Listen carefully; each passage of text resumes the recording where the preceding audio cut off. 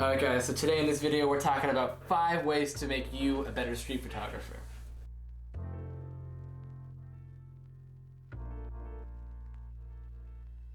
You have a whole 24 hours to mess with, alright? You can be a photographer at any time, but what times of day make the best photography? Well, the standards is this golden hour and this blue hour. So for me, I go on Google and I just say, hey Google, what time is sunset? And then I just like dial back an hour, maybe give myself a half hour to actually get there, and then it's just golden. And why golden hour is so awesome is because everything is just so warmly lit, everything is just so soft, the lighting is so soft, the sun isn't up in the sky and harshly lit. It's just cool looking. And then speaking of cool looking, no pun intended, there's blue hour. Blue hour technically comes after the sun actually sets. It's that last little bit of light that barely lasts you an hour before it's actually dark outside. You have a limited window to get some cool shots where it's still kind of light out, but it's a little more dark and moody. You still have lighting to mess with. It's super cool. If I were to suggest the best time that I've ever had experience with blue hour, that's in the morning. And that's why I say you have the whole 24-hour window to actually take photos. You can wait till the end of the day to go take photos, or you can get up at the crack of dawn as you're watching the sun rise and you have blue hour. I spent a month in New York City and I got to take some photos, and one of my best opportunities that I wish I knew the whole month I was there, because I would have done this a lot more, but in the morning, say you're in a busy area like New York, there's less people out, but it's New York, so it's always busy. There's always somebody out and cars moving. And I say the blue hour in the morning is the best because your lighting isn't going away, it's increasing. See, it's never like, oh, you can't take photos anymore. It's getting lighter because the day is beginning. And you have less people, it's less crowded depending on what kind of photos you want. So I would highly recommend taking photos in the morning or waiting until golden hour at the end of the day. It's worth it. So our second tip making you a better street photographer is shooting through stuff.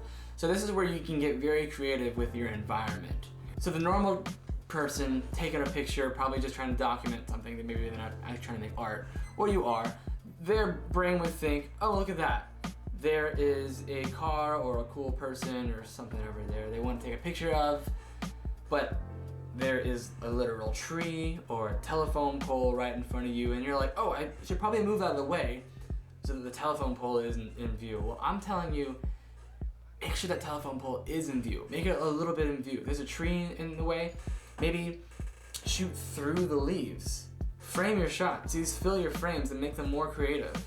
So you're taking a picture down an alley, there's the classic shot of just shooting straight down the alley, which is super cool, but have yourself where like the wall is kind of in the frame and leading you down, where just the wall is a little bit in your frame, and maybe you get this black line or a little bit of texture on the side and you're shooting down it.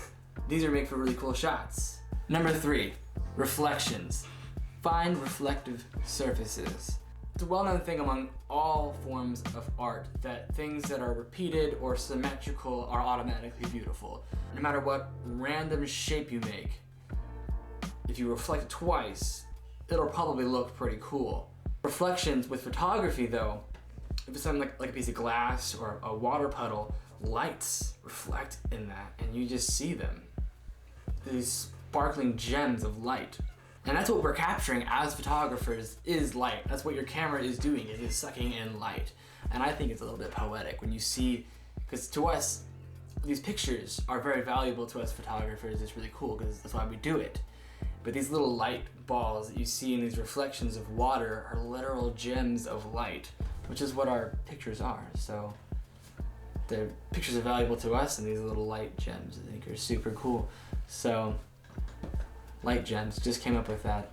I'm gonna call them that right now. Every time I see a reflection and there's those little bitty twinkle lights in the bokeh of the shot, we're calling them little light gems because that is a beautiful way to call it. So you're looking for reflections. What things are reflective? We're talking about anything that's wet, so puddles in the middle of the road or the sidewalk, yes.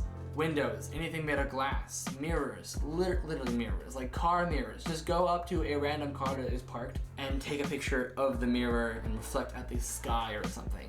And then maybe later you can Photoshop something in that mirror and it'll be neat. But if you can't find anything, maybe you find a cool spot and you're like, man, that's a cool car, that's a cool whatever, something. I would love if that was reflected. If you have a water bottle on you, dump that water on the ground, making your own puddle. Take a picture off the reflection of the water. Even carry a mirror with you or something that is reflective, like a piece of glass. I like prisms. I like bringing a prism with me. I've even brought mason jars with me, things that are reflective. Bring those with you and you can just carry a cool reflective surface with you at all times. It's worth it. So number 4, we're talking subjects. So what are things you can take pictures of? A lot of people take pictures of people, cars, and really anything. You can take pictures of telephone poles, fire hydrants, buildings, birds, wildlife that you just happen to see out there, and literally trash. Take pictures of trash. When it comes to people, I would suggest taking pictures of people that are maybe well dressed, doing something entertaining, like if someone's riding a skateboard, I like to capture that. Someone just is smiling or just standing there on their phone, like anything. But cars, take pictures of cars that you think are cool and that maybe other people will think are cool.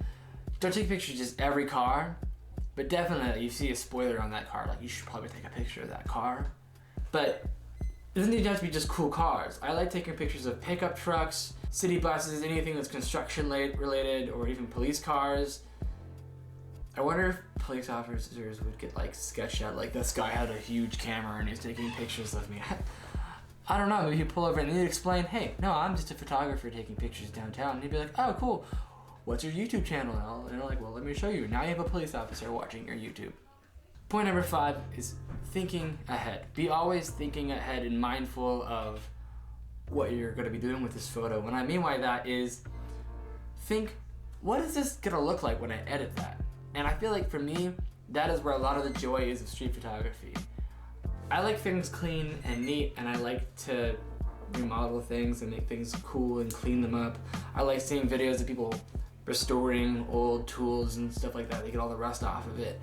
And it feels like that when you edit things, you just bring things to life. And you're doing it to everything. That's why I love being a photographer. Maybe you feel the same way. You just feel like you're turning nothing into something when you make photos. I feel that way. And that happens when we're editing. So when you're out taking pictures of stuff, even if it's literally junk, like I took a picture of a shattered bottle once. And I was like, I wonder what this is gonna look like after I've edited it. Because it's just white glass shattered in a little pile on the sidewalk. Like, let your curiosity fuel your desire and journey to do this art that you are passionate about. So be curious and think ahead to the future of what your photos are gonna look like edited, and I promise it's gonna make you take a lot more photos than you would have taken if you were just worried about perfect pictures. I should probably get into talking about don't be a perfectionist, but maybe we'll put that into the next video. Guys, thank you for watching this video. This is my first video of me out here with my face on the camera. I really enjoyed it. I really hope that these tips helped you out. Catch you on the next one, guys. See ya.